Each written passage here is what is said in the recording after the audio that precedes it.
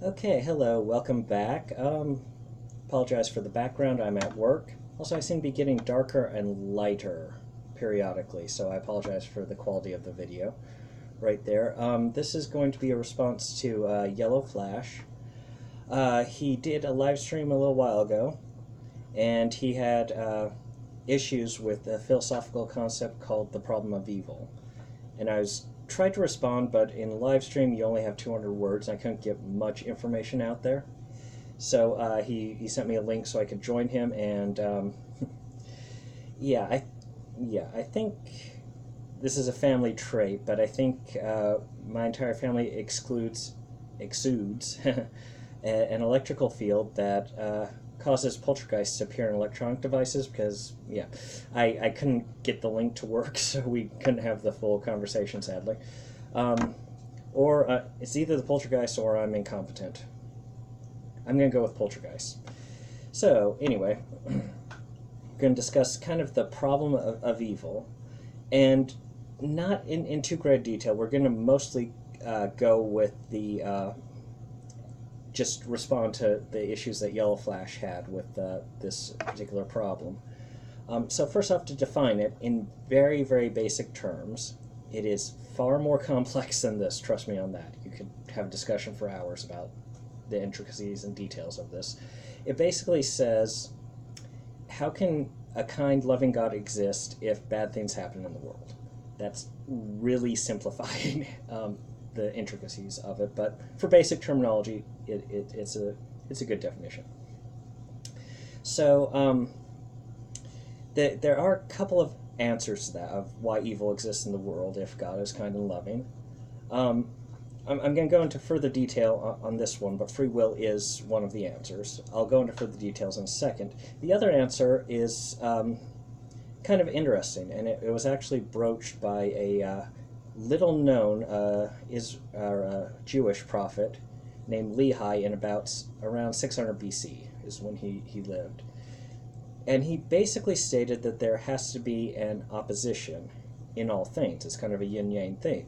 You can't have happiness if you haven't experienced sadness. And, you know, this is actually a really, really good argument for having suffering in the world. You can't really understand or experience joy unless you have suffered.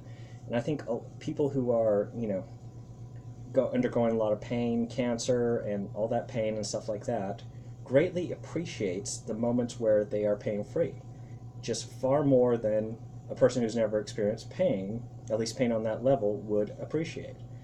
And it's a very good way for humans to kind of define themselves, is by, you know, I'm happier now that I've experienced so much sadness. It's kind of a bizarre idea and concept, but it's actually very, very true. We can't experience true joy unless we've experienced, you know, true suffering. So that's actually, I think, one of the best arguments against the problem of evil. The second one, we didn't discuss this with Yellow Flash at all. I didn't get much of a chance to, thanks to my knowledge of technology. But regardless, the second part is the free will. Now, this is the idea, is that to be able to make a choice, you have to actually have a choice. If you're only given one option, you said, okay, make your choice, here's your single option. If the ice cream place, you know, only sells vanilla ice cream, vanilla is going to be your favorite ice cream. But the more options you have, the more likely you are to choose something different or to have a different choice. And so, you know, the ability to have evil in the world, to have bad things happen, you know, helps present people with a choice. And it's an interesting argument. I'm going to go slightly, well, I was going to discuss this too on the other night, but about free will. Free will versus predeterminism. I've done a video about this. I have to redo the video because the audio is not very good, but I did a video a long time ago on this. But one thing I've always wondered is, if things are predetermined, why aren't we all uniform? In other words, why is everyone so different from each other? I've gotten some very bizarre responses to this, one of which said, well, people have had different experiences, which kind of makes sense, but then you think about it, it's like, wait, if we had no free will, why would we have different experiences? So, you know, that's kind of my question. And I'm bringing this up because I had actually started to try and discuss this with Yellow Flash and didn't get very far. But there's a book called The Wrinkle in Time. They recently made it into a movie. Never saw the movie, but in one of the previews, it looks like they had the same scene. But in the book, they arrive on this planet where no one has free will. And literally everyone on the planet has to act the same. Children have to bounce a ball at the exact same time. Mother has to come out and say the exact same thing to each child. Everyone has to behave the same. There's absolutely no free will. And this is, of course, an exaggeration, but if you look at it historically, the less freedom people have had, the more they've acted like each other. A soldier in Nazi Germany, for example, had to behave like all the other soldiers. There was no free will. There was nothing beyond obeying the rule and, not being able to express yourself, not being able to think for yourself. So, historically speaking, less free will, more uniform. We are so bizarre and diverse and different in ways of thought, in ways of acting, and so on, that it seems a little odd to me. But regardless, we'll move on to what Yellow Flash was talking about on this one. This next part isn't, to the best of my knowledge, isn't precisely a part of the problem of evil, but I've had this discussion before about free will being one of the solutions to the problem of evil, and this is generally the response I get, which is, wait a second, if God is if God's infinite outside of this universe, that means he can see everything. He knows exactly what we are going to do and whenever we're going to do it. So if he knows what's going to happen next, how can we possibly have free will? Now, yeah, I'll admit, I've never had much of a problem with this this particular philosophy. In fact, I didn't understand the problem when it was first explained to me. And the reason I didn't understand it was I immediately thought of a metaphor that it works for me.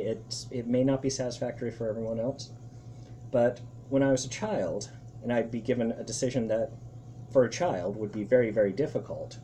For an adult, probably not so much, but for a child, you'd spend a long time, maybe an hour or two, maybe a day, trying to figure out what you're going to do about this. So after agonizing about it, would finally make a decision, and I'd tell it to one of my parents, and the response I would get, I got this more than once, was, I knew you were going to do that. And it was it's like, whoa, you knew that? And the reason they knew I was going to do that was because they knew me so well. My parents knew me really, really well, and they knew what I would ultimately decide, even if I didn't know what I was going to decide at the time. And that never really took away from my free will, my ability to make the decision. They simply knew me well enough to know the decision I would probably make. Now, I will be the first to admit that with God it's slightly different, because he has what might be termed exact knowledge of the future, and with my parents they only had a probable knowledge based upon my past behavior. Inductive knowledge based on past behavior might be a better way to describe it. So it's, I recognize that it might be slightly different, but in my mind, in my initial concept, it seemed to fit the exact same way. Foreknowledge by someone else doesn't take away my ability to make a choice. Now, I recognize this might be most people probably think this is an oversimplification of the problem, and I can acknowledge and see that. I'm just explaining why it didn't really affect me and why it took me a while to figure out why this was a problem. So there are a few solutions. I'm just going to go into one because I think it's kind of an interesting solution. There's a concept called the trousers of time. That's actually a funny way to put it, one of the funny ways to put it, but it has to do with basically, when you get there, you make a decision. You could go one way, you could go another way. Now, this is, theories of alternate realities, multiverse, that sort of thing.